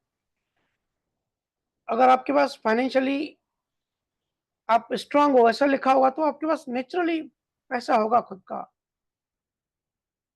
अगर नहीं लिखा होगा तो नेचुरली पैसा होते भी चला जाएगा। देखो ना दुनिया कितनी डायनामिक है। एक किसी का लीवर खराब हुआ तो 50 लाख लीवर ट्रांसप्लांट के लग जाते हैं। कितनी वाइब्रेंट और डायनामिक दुनिया है। तो ऐसे रैंडमली तो चीज़ें नहीं घटती होंगी। तो आपको अगर लिखा हुआ है कि सुख मिलेगा या फाइनेंशियली हम अच्छे होंगे या गरीब होंगे एंड में, तो वो वैसे ही घटने वाला है आपके प्रारब्ध कर्मों के हिसाब से। इसमें आप पैसा जमा करो, ना जमा करो, ये सब अज्ञान की बातें हैं। जिसने भी कही है बड़ा अज्ञानी है। कर्मों का नियम सिंपल सा है। जो जैसा प्रारब्ध कर्म होगा, हमारा ये जो जीवन है जिसको हम रियल में जीवन मानते हैं, ये असल में जीवन नहीं है। क्योंकि हमारी चेतना बहुत छोटी हो गई तो 80-100 साल के शरीर को ही सब कुछ मानती है। इसका जो विराट स्वरूप है, जो असली जीवन है, जो जीवात्मा का जीवन है, जब से जीवात्मा बनी और जब जीवात्मा का मोक्ष होगा, वो है बड़ा जीवन जीवात्मा का। ये शरीर का कोई जीवन नहीं है, ये तो यात्रा है। ये तो आज हम इस शरीर में हैं, कल साँप में चले गए, हाथी घोड़े में चले गए, कॉकरोच बन गए, फिर इंसान बन गए। अभी देखो ना दुनिया की पॉपुलेशन आज जितनी है 800 करोड़, इससे पहले कभी नहीं थी। हाईएस्ट पीक तक पहुँच गई और अब वापस धीरे-धीरे कम हो रही है। अब चाइना में, इवन इंडिया में भी देखो पॉपुलेशन कम हो रही है। लोगों ने बच्चे पैदा करने कम हो गए। तो ये डायनामिक है, ये साइकिल चलती रहती है। जब बैक्टीरियाज़ कम हो जाएँगे, इंसान बढ़ जाएँगे, पेड़-पौधे जब खत्म हो जाएँगे, कम हो जाएँगे तो समुद्र में मछलियाँ बढ़ जाएँगी। ये सब चलता रहेगा, ये एनर्जी का ट्रांसपेरेंट है। एनर्जी कभी डिस्ट्रॉय नहीं होती, कभी खत्म नहीं होती, सिर्फ रूप बदलती है। तो हम जिसको जीवन समझते हैं, पूरा दिन चिंताएँ करते हैं। मैं देखता हूँ जब ऑफ़िस के काम से कोर्ट में जाता हूँ, बाप-बेटे लड़ते रहते हैं प्रॉपर्टी के लिए, पैसों के लिए। अरे भाई क्यों लड़ते हो? तुम दोनों प्लास्टिक के थोड़ी जो हमेशा जियोगे। प्रारब्ध कर्मों की वजह से लड़ते हैं तो वो तो ठीक है, लेकिन अंदर में इतने विचलित, इतने अशांत, अगर किसी ने भी केस हारा, तो बिल्कुल सुसाइड कर देता है। बिल्कुल चिंता उसकी शक्ल से ही चिंता दिखाई देती है। क्यों चिंता करते हो? आपने अपनी कोशिश की फिर छोड़ दो। अगर आपको इनसिक्योरिटी है, अगर डर है कि बच्चे जब बड़े हो जाएँगे, बच्चे प्रेम नहीं करेंगे, बच्चे सेवा नहीं करेंगे, तो डर नहीं होना चाहिए, ये ज्ञान होना चाहिए कि उन बच्चों से प्रेम लिखा ही नहीं है। देखो ना बहुत सारे माँ-बाप के 2 बेटे होते हैं। एक बेटा दूसरे देश में या दूसरे शहर में जाके सेटल हो जाता है। एक बेटा-बहू साथ रहते हैं। तो अक्सर मैं सुनता रहता हूँ कि जो साथ रहते हैं, वो रोते रहते हैं कि हमको ही सेवा करनी पड़ती है। बहू कहती है कि मेरी सास तो जब 100 शैतान मरे होंगे तब ये पैदा हुई होगी। इस तरीके से हमको परेशान करती है। दूसरी तो उधर खुश बैठे हैं दूसरे शहर में, हम ही इधर परेशान हैं। तो इतना विचलित होने की ज़रूरत नहीं है। समय का, कर्मों का विज्ञान समझने की बात है। हमको सेवा लिखी है माँ-बाप की, हमारे भाई को नहीं लिखी है। इसलिए वो दूर चला गया। इसलिए कर्मों का ऐसी सिचुएशन बनी, ऐसी गज़ब की इंटेलिजेंस है प्रकृति की, ऐसी कॉस्मिक इंटेलिजेंस है, ऐसी सिचुएशन बन जाती है कि धंधा या नौकरी बाहर हो जाती है, जिसके कर्मों की लेन-देन खत्म हो जाती है, तो बाहर चला जाता है, दूर चला जाता है। तो हम आम भाषा में क्योंकि हम अज्ञानी हैं, फिर हम लड़ते रहते हैं, विचलित होते रहते हैं, वो तो सुखी है, वो तो खुश है, हम यहाँ फँसे हैं, हमको इधर लोग कहते हैं ज़हर खाने का पैसा नहीं है, लेकिन इनकी जो दवाइयाँ हमको लेनी पड़ती है, घर का रेंट नहीं भर सकते, लेकिन इनके नाटक कम नहीं होते। तो ये सब बातें छोड़ दो, शांत रहो, सहज रहो, स्वीकार करो। आपने कोशिश करी, नहीं हुआ ना, कि कुदरत से कोई लड़ नहीं सकता। तो ये इनसिक्योरिटी के बुढ़ापे के लिए पैसे जमा करो, बड़ी अज्ञान की बात है। भाई जब जो होना है तब से होगा। आपको पैसा लिखा होगा तो सहज ही आपको एफडी बन जाएगी, उसके इंटरेस्ट खुद ही आएगा। या बच्चे प्रेम करेंगे, बच्चों से आपको मिलेगा, कहीं से भी मिलेगा, आपकी खुद की प्रॉपर्टी होगी।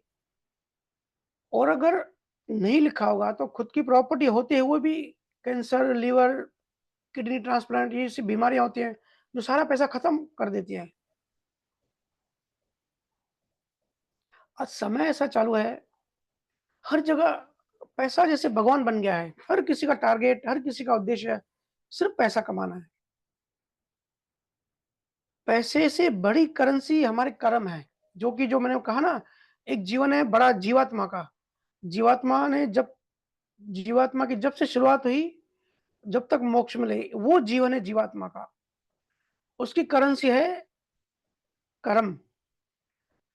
और एक ये जो शरीर का जो 80-100 साल का जो जीवन है, बिल्कुल छोटा-सा, बिल्कुल एक सेकंड की तरह पैदा होते ही खत्म हो जाता है। ये जीवन में हम खो गए हैं, देहदास हो गए, उलझ गए। और हर हर किसी का उद्देश्य पैसा कमाना ही है।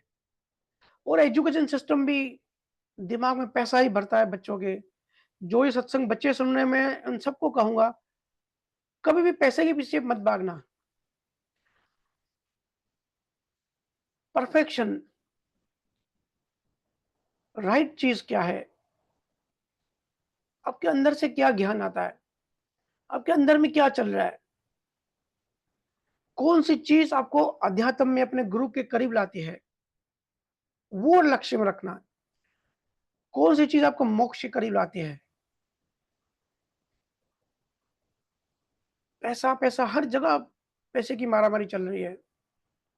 फिर लोग कहते हैं भैया आपको क्या पता, आप तो अच्छी जॉब में हो, आपका अच्छा पैकेज है, आपके इतने खर्च नहीं है, तो आपको कोई चिंता नहीं है, लेकिन हमारे इतने खर्च ज़्यादा हैं, तो हमको फाइनेंशियल क्राइसिस है। बोलना बड़ा आसान होता है, लेकिन जिनको तकलीफ है उनको ही पता। अरे भाई मैं समझता हूँ, दिन में इतने लोगों से डील करता हूँ, ऑफ़िस के कलीग्स, ऑफ़िस के कस्टमर अलग, ये चीज़ें मैं समझता हूँ, बिल्कुल प्रैक्टिकल है। लेकिन ज्ञान से समझना है कि हमको अगर तकलीफ है, बीमारी है या फाइनेंशियल क्राइसिस है, जो भी है, वो सिर्फ़ कर्मों की वजह से है। दूसरा कोई कुछ कर नहीं सकता।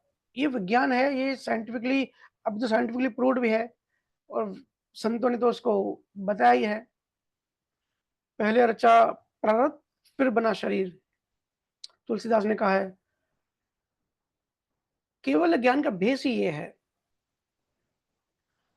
तो इन सब बातों में मत उलझो, इन सब चीज़ों में मत उलझो, जहाँ हो, जैसे हो, मस्त रहो।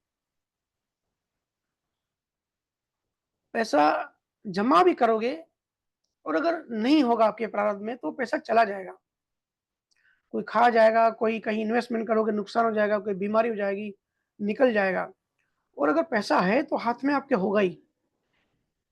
इसमें सहज कैलकुलेशन, सहज ट्रांज़ैक्शन करना तो ठीक है, लेकिन इतना ज़्यादा पागल होना, इतना ज़्यादा मूर्खपन करना, कपट करना, चालाकियाँ करना, दूसरे को कैसे गिराएँ, इन सब चीज़ों में मत उलझो।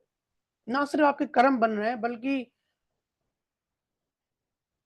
उन कर्मों का तो चलो रिज़ल्ट नेक्स्ट जन्म में आएगा, लेकिन इस समय जब अगर आप किसी को कपट करते हो ना, किसी को चीटिंग करने का भाव करते हो, तो इस समय भी आपके मन के ऊपर एक बोझ आ जाता है। एक एक लेयर आ जाता है, जो अभी आपको विचलित करता है।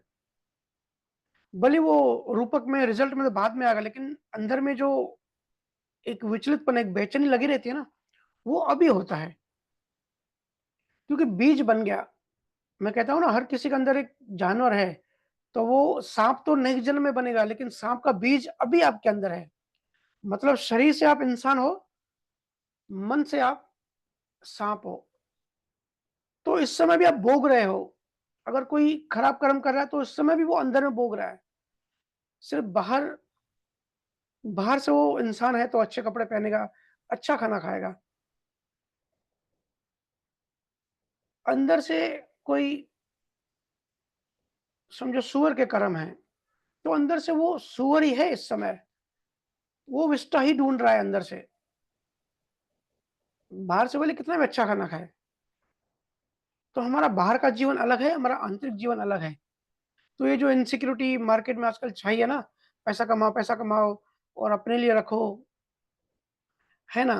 तो इसमें ज़्यादा उलझना नहीं है, ज़्यादा इसमें विचलित नहीं होना है। जो जैसा है लिखा है और कर्म किसी को माफ़ नहीं करते, प्रारब्ध कर्म किसी को छोड़ते नहीं, एक्सेप्ट जो भजन करता है। बाकी जीवन भर में और बुढ़ापे में जैसा लिखा है वैसा ही होगा। अगर आपको बुढ़ापे में पीड़ा मिलना लिखा है, अगर आपको अकेलापन लिखा है बुढ़ापे में, तो बुढ़ापे में आप अकेले रहोगे, आस-पास कोई नहीं होगा। जो तंत्र-मंत्र, काला जादू इसमें ज़्यादा उलझे हुए रहते हैं, उनकी अंत में उनको जल्दी मौत नहीं आती, बहुत भोगना पड़ता है उनको, बहुत पीड़ा भोगना पड़ती है। तो ये इनसिक्योरिटी नहीं करनी चाहिए।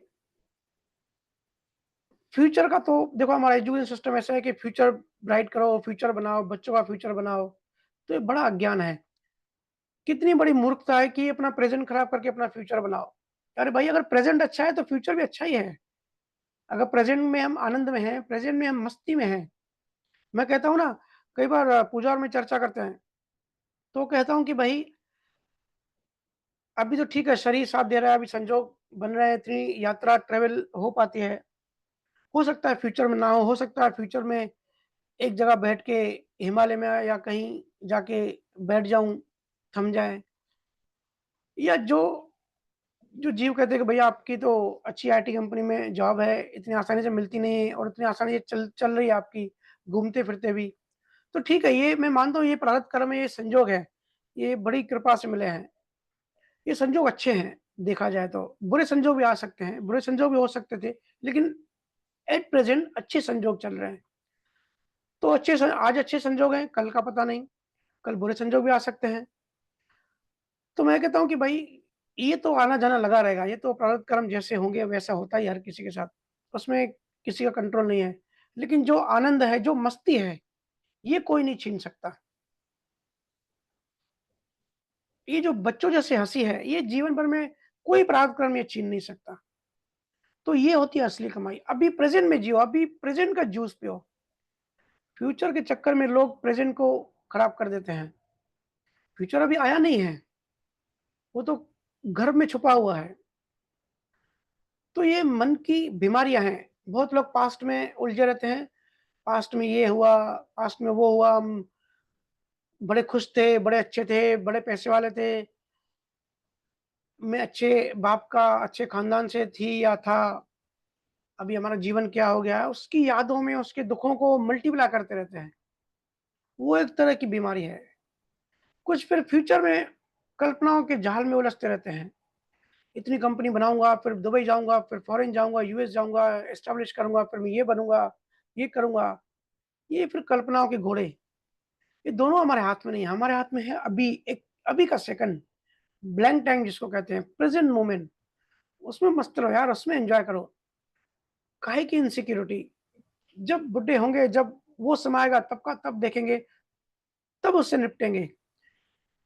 क्योंकि प्रेज़ेंट हमेशा आनंद में अगर हमको आनंद में रहना आ गया, तो हम अगर इस समय भी आनंद में हैं, तो अगर फ्यूचर में तो फ्यूचर थोड़ी होगा, वो तो उस समय प्रेज़ेंट होगा ना।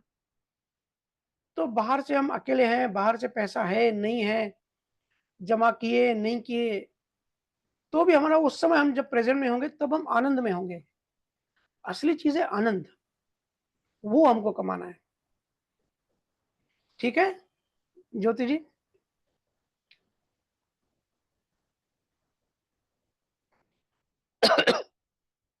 जी भैया, दूसरा प्रश्न है मेरा, क्या भैया किसी सत्संग में सुना है कि जिसके पास कम शिष्य होते हैं उनको ज्यादा ज्ञान होता है और जिनके पास ज्यादा पब्लिक होती है उनके पास ज्ञान नहीं होता, ऐसा सही है भैया जी?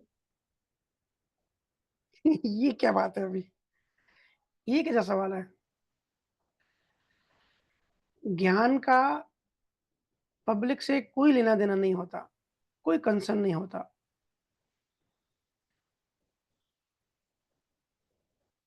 अगर किसी गुरु का प्रारब्ध में जितने जीवों से लेना-देना लिखा होता है, उतने जीव उस गुरु के पास पहुँच जाते हैं, दुनिया में कहीं भी हो, वो गुरु बुला लेता है। तो ये गुरुओं की कार्रवाई होती है, इसमें ज़्यादा और कम क्या होता है? ऐसी कोई डेफ़िनिशन नहीं है, ऐसा कोई पैटर्न भी नहीं है, ऐसा कोई फ़िक्स नियम भी नहीं है। और दूसरी बात आपने कहा ज़्यादा पब्लिक, ज़्यादा लोग, कम लोग, तो इसका डेफ़िनिशन क्या है? ज़्यादा किसको कहते हैं? ये सब रिलेटिव है। कोई 100 को भी ज़्यादा कहेगा, कोई लाख को भी कम कहेगा, कोई करोड़ को भी ज़्यादा कहेगा, कोई 50 करोड़ को भी कम कहेगा। तो कम क्या होता है, ज़्यादा क्या होता है? बड़ी मूर्खतापूर्ण ये बात है, ऐसा कुछ होता नहीं है। फिर तो ऐसा कहा जाएगा कि जिस गुरु के पास एक चेला है, वो तो सबसे बड़ा परम विज्ञानी हो गया इस दुनिया में। फिर तो वो अगर ऐसा नियम होता, तो वो कहता मेरे को दूसरा चेला चाहिए ही नहीं, बस एक ही चाहिए या वो एक भी नहीं चाहिए। कोई गुरु कहेगा कि देखो मेरे पास कोई चेला नहीं है, मैं दुनिया का परम विज्ञानी हूँ। और कोई किसी की लेन-देन बहुत जीवों से है इस समय, तो पब्लिक से वो असत्य नहीं हो जाता। ज्ञान का सत्य और असत्य क्या, पब्लिक से कोई कंसर्न नहीं होता। ये अलौकिक है, ये गुरुओं की उस समय लोकेशन, उस समय पे कौन से जीव कौन सी जूनी में है, उस पे डिपेंड करता है। धरती पे कौन-सा युग चल रहा है, जैसे कलयुग है, तो कलयुग में वो गुरु कहाँ है और गुरु के पहले के जन्मों में जिनको गुरु ने नियक्षर जागृत किया है, वो इस समय कहाँ है, कौन से देश में है, कितने क्वांटिटी में ज़्यादा है, वो गुरु कौन से लोक में है, गुरु क्या डिसाइड करता है, गुरु कैसे उनको बचा के एक जगह पे इकट्ठा करता है। ये सब अलौकिक चीज़ें हैं। इस पे इतनी सिंपल बात नहीं हो सकती, इतना सिंपल डेफिनिशन नहीं हो सकता। और कम-ज़्यादा किसको कहें? अष्टवक्र के समय पॉपुलेशन ही इतनी कम थी। अष्टवक्र का शिष्य राजा जनक या और कोई भी केवल ज्ञानी देख लो जो सतयुग में था। अभी पॉपुलेशन ज़्यादा है धरती पे, कलयुग में सबसे ज़्यादा है। क्योंकि इंसान इस तरीके से बने कि ज़्यादातर इंसान इस समय 2024 में इंसान के फॉर्म में ज़्यादा जीवात्मा है। तो कोई गुरु इस समय आ गया, तो नेचुरली पॉपुलेशन ज़्यादा है, लोग ज़्यादा है, तो पोटेंशियली परसेंटेज वाइज़ उतने उस गुरु के पास लोग भी ज़्यादा होंगे, त्रेता और द्वापर युग के कंपैरिज़न में। तो केवल ज्ञानी अष्टवक्र से कम था या अष्टवक्र ज़्यादा था, ऐसा नहीं हो सकता ना। थोड़ा लॉजिक लगाएँ, थोड़ा-सा खुद सोचें। कहीं से भी कुछ भी सुन के आते हैं, डायरेक्ट एक्सेप्ट मत करें। मैं इसलिए कहता हूँ ना, अपना विश्लेषण करें कि क्या ऐसे प्रैक्टिकल पॉसिबल है? और कम-ज़्यादा क्या होता है? इसका तो कोई फिक्स डेफिनिशन हो ही नहीं सकता ना। सब रिलेटिव है। जिसके पास 1 होगा, उसके लिए 100 भी ज़्यादा है। जिसके पास करोड़ों होंगे, उनके लिए तो 100-200 तो क्या होगा? तो इस तरीके से कैलकुलेशन ये हो ही नहीं सकती ना। ये ऋणानुबंध होता है। कौन से गुरु के साथ कितने जीव का उस समय ऋणानुबंध बनता है, गुरु के पास जाते हैं, अपनी-अपनी यात्रा में आगे बढ़ते हैं। दशम द्वार के बाद सत्य समाधि में अगर कोई एस्टेब्लिश हो गया, तो उसका मोक्ष हो जाता है। अगर किसी जीव की यात्रा आधे में रह गई, तो फिर वापस वो जब इंसान बनेगा, तो गुरु भी उसके आस-पास आके पैदा होगा, क्योंकि गुरु का काम है नियक्षर जागृत किया है, तो गुरु उसको छोड़ता नहीं है। आज ना कल उसको ले जाता है। वो जो अंदर में नियक्षर है, वो तत्व है, तो वो तत्व अंदर में हमेशा लगा ही रहता है एक बार जागृत होने के बाद। तो गुरु महाराज ने भी कहा है कि 2 या 3 जन्म में मोक्ष मिल जाता है। पर 2-3 जन्म वो कहाँ भटकता है? वो भटक भी सकता है। 2-3 जन्म अगर बीच में गुरु ना मिले और वो संसार में, अहंकार में, माया में भटक जाए, तो उसकी यात्रा वहीं रुक जाएगी। तो मोक्ष उसको कैसे मिलेगा? इसलिए गुरु उसका ध्यान करते हैं। तो ये बातें सिर्फ़ गुरु को पता होती है, वो बड़ी अलौकिक बातें होती हैं। तो ये अज्ञानी लोग ऐसे डेफ़िनेशन बनाते हैं कि कम पब्लिक, ज़्यादा पब्लिक। किसी भी पंथ में जब गौतम बुद्ध थे, गौतम बुद्ध और महावीर सेम समय पे थे। अब मैं बहुत छोटा हूँ किसी को ज्ञानी या अज्ञानी कहने से, लेकिन महावीर स्वामी के पास सिर्फ़ 12 गणधर थे और उस समय भी इतनी कम पॉपुलेशन थी। बुद्ध के पास लाखों शिष्य थे। वो दोनों बिहार में, दोनों देखो कितने दोनों ज्ञानी आस-पास पैदा हुए। पूरा एशिया आज बुद्धिस्ट है। उसका ज्ञान का फैला हुआ। उस समय जो अंधविश्वास था समाज में, सभी देशों में, खास करके ईस्ट एशिया में, कोरिया, जापान, श्रीलंका जैसे देशों में, कंबोडिया। इंडिया में तो नहीं हुआ क्योंकि इंडिया में बुद्ध को भगा दिया। लेकिन बाहर के देशों ने उसके ज्ञान को फ़ॉलो किया और बहुत सारे उसके फ़ॉलोअर्स बने, जिन्होंने अंधविश्वास को दूर किया। तो उसके भी उस समय भी लाखों शिष्य बने। तो उसका मतलब ये नहीं है कि भाई बुद्ध का ज्ञान गलत था या झूठा था, और महावीर के बहुत कम थे। तो ऐसा नहीं है कि महावीर का ज्ञान सही नहीं था या सही था। इससे कुछ फाइनलाइज़ नहीं होता है। दोनों ही ज्ञानी थे, दोनों ही समकालीन थे, सेम समय पे थे, सेम एक ही स्टेट बिहार में थे, दोनों आस-पास थे। बुद्ध ने कहा कि कोई आत्मा नहीं है, मन है, मन से मुक्त हो जाओ, तुम आत्मा में हो ही। महावीर ने कहा कि आत्मा है, परमात्मा नहीं है, तुम आत्मा बन जाओ, मन से बाहर जाओ, आत्मा बन जाओ। देखो बात वही है। बुद्ध ने कहा मन से छूट जाओ, तो तुम जो बचेगा वो आत्मा। महावीर ने कहा तुम आत्मा बन जाओ तो मन छूट जाएगा। अब जिसको अनुभव ज्ञान होगा, जब वो दोनों को समझेगा तो समझ में आ जाएगा कि दोनों अलग-अलग शब्दों में, अलग-अलग तरीके से एक ही बात कह रहे हैं। लेकिन जो अज्ञानी होगा वो लड़ाई करेंगे। बुद्धिस्ट बोलेंगे कि जैन वाले गलत बताते हैं, कोई आत्मा-वात्मा नहीं होती, बुद्ध ने कहा कोई आत्मा नहीं होती। जैन धर्म वाले कहेंगे कि बुद्धिस्ट वाले गलत हैं, आत्मा होती है लेकिन इनको उसका ज्ञान ही नहीं है। निर्वाण होना चाहिए, बस मन से मुक्त हो जाओ, ये क्या बात हुई? लेकिन दोनों की मीनिंग, दोनों का सार एक ही है। सारे जो ज्ञानी होते हैं ना, जो भी जहाँ तक पहुँचा, वहाँ तक अगर कोई सच्चा अनुभव ज्ञानी है, तो अपने अनुभव से वो सत्य ही कहेगा। अब मैं इसमें नहीं जाऊँगा कि कौन-सा ज्ञानी की रीच कहाँ तक है। बुद्ध मन के कौन से पार्ट तक पहुँचा, महावीर स्वामी या तीर्थंकरों का जो ज्ञान है, वो सिद्धशिला तक है, जो कि दसम द्वार के ठीक नीचे है।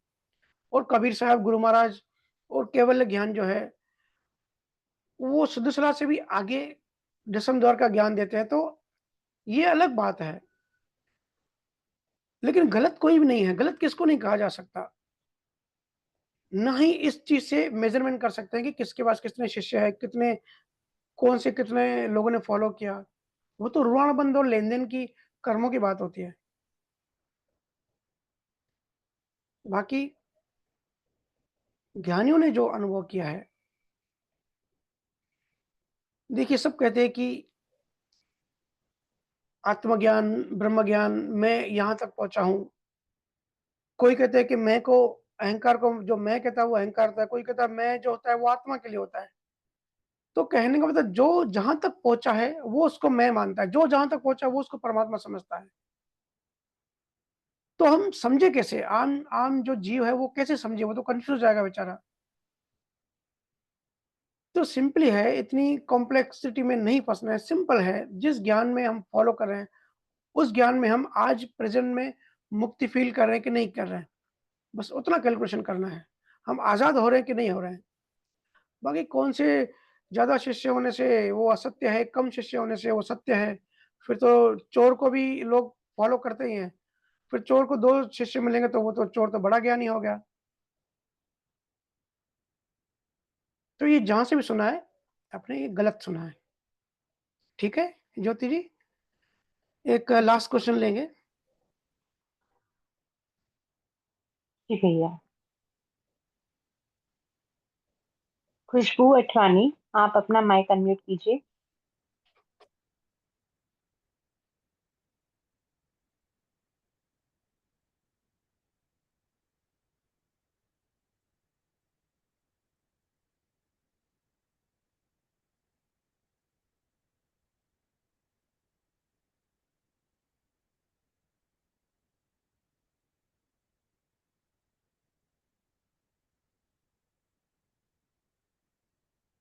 हर्षा जयपुर से, आप अपना माइक अनम्यूट कीजिए।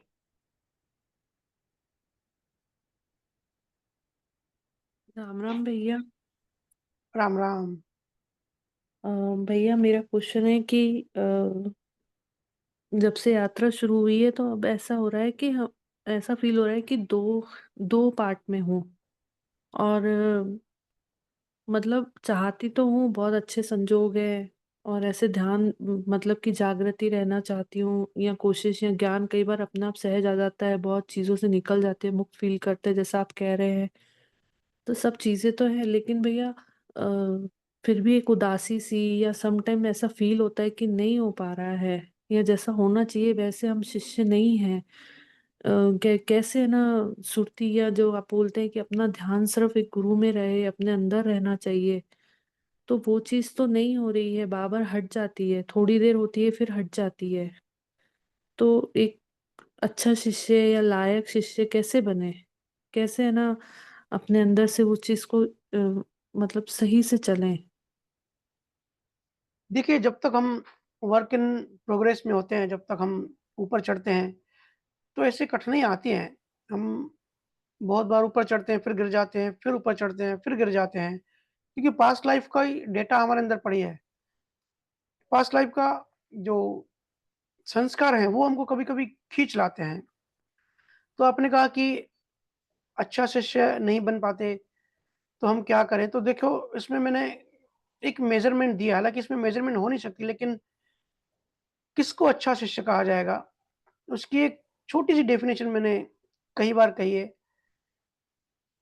कि गुरु ने जो आज्ञा दी है, जो गुरु ने कहा है, जैसे हम सब यहाँ चर्चा करते हैं, तो कोई भी मुझसे पूछता है कि भैया मैं ऐसा क्या करूँ? तो मैं 2 ही बातें कहता हूँ कि अगर आप रोज़ भजन सिमरन ध्यान कर रहे हैं, जिस तरीके से गुरु ने आपको बताया है,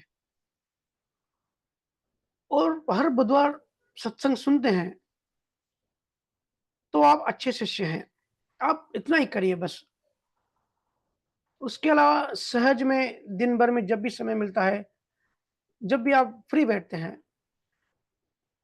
तो अपने आप को, अपने मन को ऑब्ज़र्व करें, बड़ी सहजता से। उसमें क्या होगा, आपकी डेवलपमेंट फ़ास्ट होगी। बाकी अगर भजन सिमरन ध्यान गुरु आज्ञा के हिसाब से कर रहे हैं, हो सकता है आपको संजोग ना भी मिले, लेकिन अंदर में एक आपको याद बनी रहती है कि गुरु आज्ञा है, मुझे बैठना ही है। और अगर संजोग नहीं भी मिलते प्रारब्ध कर्म की वजह से, तो आपको अंदर में अफ़सोस रहता है। तो वो भी अपने गुरु की आज्ञा पालन करिए और सत्संग भी सुनते हैं। ये सिर्फ़ बहुत ही सिंपल सी 2 चीज़ें फ़ॉलो कर रहे हैं, तो समझिए आपकी पुरुषार्थ, आपका डेवलपमेंट हो रहा है। लेकिन कभी-कभी भारी कर्मों के जैसे भारी संजोग, भारी प्रारब्ध आ जाता है, उसकी हवा आ जाती है। चित्त अभी भी पूरी तरह से 50% साफ़ हो गया, लेकिन 50% साफ़ नहीं हुआ, क्योंकि हम अभी यात्रा में, अभी हम प्रोग्रेस में हैं। तो कभी-कभी चित्तवृत्तियाँ आ जाती हैं, कभी-कभी उदासीपन, थोड़ा-सा अच्छा नहीं लगता।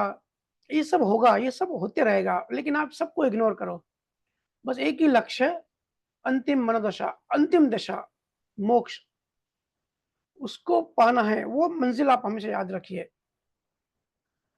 आपने कहा कि क्या करें? मैं बार-बार कहता हूँ, जो भी चीज़ परमात्मा के, मोक्ष के, गुरु के नज़दीक लाए, वो समझिए कि करने लायक है। और जो भी उससे दूर ले जाए, तो समझिए वो नहीं करने लायक है। जैसे पिछले लास्ट टू लास्ट वेडनेसडे बड़ा अच्छा मुझे लगा, किसी ने बताया कि सुबह से वो प्यारे जीव सत्संग का जो है इंतज़ार करते हैं, लेकिन कुछ ऐसा हुआ कि 7:30 बजे उनको जाना पड़ा बाहर। 1-2 घंटे की उनको लेट लेट होने वाली थी। लेकिन उसने इस तरीके से निकल नहीं पा रहा था, लेकिन अंदर में उसने प्रार्थना करना चालू किया कि मुझे लाइव सत्संग अटेंड करना है। तो बड़ी जटिलताओं से, बड़ी मुश्किल के साथ आ गया, निकल गया उस जंजाल से और दौड़ते हुए आया और बैठ गया सुनने। ये तो उसको संजोग मिला, लेकिन अंदर का जो उसने भाव किया, अंदर में उसने एक सहज कोशिश की, उसकी मैं तारीफ़ करता हूँ। हालाँकि बाहर जिस झमेले में फँसा था वो ज़्यादा अट्रैक्टिव था। संसारी भाषा में जैसे कहते हैं ना कि बड़ा बड़ी मज़े वाली चीज़ें थी। अक्सर यंग जनरेशन को पार्टीज़ और ये सब बड़ा बड़ा अच्छा लगता है। म्यूज़िक लगा के उल्लू जैसे डांस करना, क्योंकि मज़ा ढूँढते हैं ना, हर कोई मज़ा क्या होता है? सुख क्या होता है? हम सब आनंद ढूँढते हैं, तो सुख जो होता है आनंद का पार्ट होता है। तो बच्चे अंदर जाते नहीं हैं, अंदर का आनंद उनको मिलता नहीं है, पर बाहर आनंद ढूँढते हैं। फिर किसमें ढूँढते हैं? इस तरीके की पार्टीज़ में, गर्लफ्रेंड बॉयफ्रेंड में, दोस्तों के साथ रोमिंग करने में, इस तरीके में समय नष्ट करते हैं और उसमें उनको मज़ा आता है, डोपामाइन रिलीज़ होता है। तो वो भी सिचुएशन में था जहाँ मज़ा आते। लेकिन अभी भजन सिमरन की गहराई ऐसी हो गई है कि उस चीज़ों में डोपामाइन रिलीज़ नहीं हो रहा था, उसमें उसको मज़ा नहीं आ रहा था, बोर फ़ील हो रहा था, लेकिन निकलना मुश्किल था। लेकिन प्रार्थना करी और इस तरीके से उसने एक अच्छा काम किया, फिर सत्संग सुनने का उसको संजोग बना। कहने का मतलब जो भी काम देखो, वो जो दुनिया थी वो अध्यात्म से दूर कर रही थी और सत्संग अध्यात्म के करीब लाता है, एक जागृति पैदा कर देता है, एक जीवन के विज्ञान का एक नया डायमेंशन खोल देता है, हर सत्संग। अगर हम उसका सहारा लेते हैं, अगर हम इसको समझते हैं तो उस दिन बड़ा रो के मेरे से बात करी कि अगर ये मिस हो जाता, रिकॉर्डिंग तो सुन लेते हैं लेकिन फिर भी लाइव जैसी बात रिकॉर्डिंग नहीं होती, लाइव तो लाइव होता है। तो लाइव में ये पॉइंट अगर मिस हो जाती तो कितना बड़ा नुकसान हो जाता। वो डीप अंडरस्टैंडिंग में वो चला गया। तो इस तरीके से जो भी चीज़ हम अध्यात्म में है, क्योंकि संसार भी बेस है, संसार भी आधार है अध्यात्म पे। अगर हम आध्यात्मिक नहीं, अगर हमें ज्ञान नहीं है तो हमारा संसार भी पूरा अंधेरा और अज्ञान से और दुःख से भरा होगा।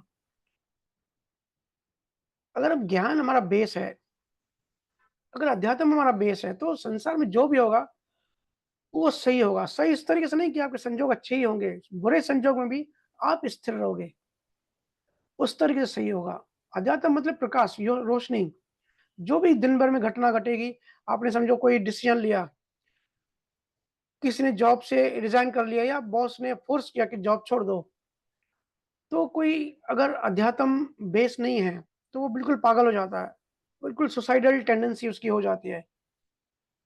अभी देखा ना, न्यूज़ में देख रहे हो कि नहीं? एक आदमी ने सुसाइड कर लिया, फैमिली इश्यू की वजह से। तो ये छोटी-छोटी बातों से सुसाइडल टेंडेंसी बन जाती है, फिर नेक्स्ट जन्म में वो सुसाइड कर लेता है। तो सुसाइड मतलब बड़ा अज्ञान, सुसाइडल टेंडेंसी भी बड़ा अज्ञान है। मतलब मोक्ष से, गुरु से दूर हो आप। अगर बेस अध्यात्म होता है तो उसको बिल्कुल ज्ञान हाज़िर हो जाता है, सामने आ जाता है कि ये बॉस ने मुझे मेरी कंपनी से निकाल दिया, मतलब लेन-देन खत्म हो गई, सिंपल। तो एक सदमा नहीं लगता। एक रोशनी, जो भी घटना घटती है ना, वो अंधेरे में घटती है तो हमको नुकसान पहुँचाती है। अगर उस घटना में अध्यात्म की रोशनी आ गई, तो हमको समझ आ जाता है कि ये जो मेरा बॉस है मुझे टॉर्चर कर रहा है, इसकी मेरी लेन-देन ऐसी है। या ये जो आजकल बच्चे अगर सुन रहे हैं तो बच्चों की भाषा में, ये गर्लफ्रेंड ने मेरे से ब्रेकअप करके मेरे फ्रेंड के साथ जाके जुड़ गई, तो कोई टेंशन नहीं। बस आपसे उसकी लेन-देन खत्म हो गई और उससे उसकी लेन-देन चालू हो गई। जीवन बड़ा डायनामिक है बच्चों, कोई सी चीज़ को सीरियस मत लो। लीला है, ड्रामा है, इसको ड्रामा समझो। और ड्रामा, ऐसा नहीं बोल रहा हूँ कि ये ड्रामा नहीं है, आप ड्रामा समझो, ये ड्रामा ही है, एक लीला ही है, एक नाटक ही है। बस अंदर से किसी चीज़ को सीरियस नहीं लेना है, मस्त रहना है, आनंद रहना है। ठीक है हर्षा जी? तो अभी समय हो गया है, अभी सत्संग को यहीं विराम देते हैं। जो ग्रुप में आप सबने क्वेश्चंस डाले हैं, तो वो भी मैं ट्राई करूँगा वहाँ टाइप करने की। अब मिलते हैं नेक्स्ट वीक, तब तक मस्त रहिए, आनंद में रहिए, स्वस्थ रहिए, खुश रहिए। जीवन को बिल्कुल भी सीरियस मत लीजिए। दुःख आएँगे, सुख आएँगे, हवा की तरह आएँगे और चले जाएँगे। आपका आनंद खत्म नहीं होना चाहिए। सबको बहुत-बहुत धन्यवाद। धन्यवाद भैया। राम राम भैया।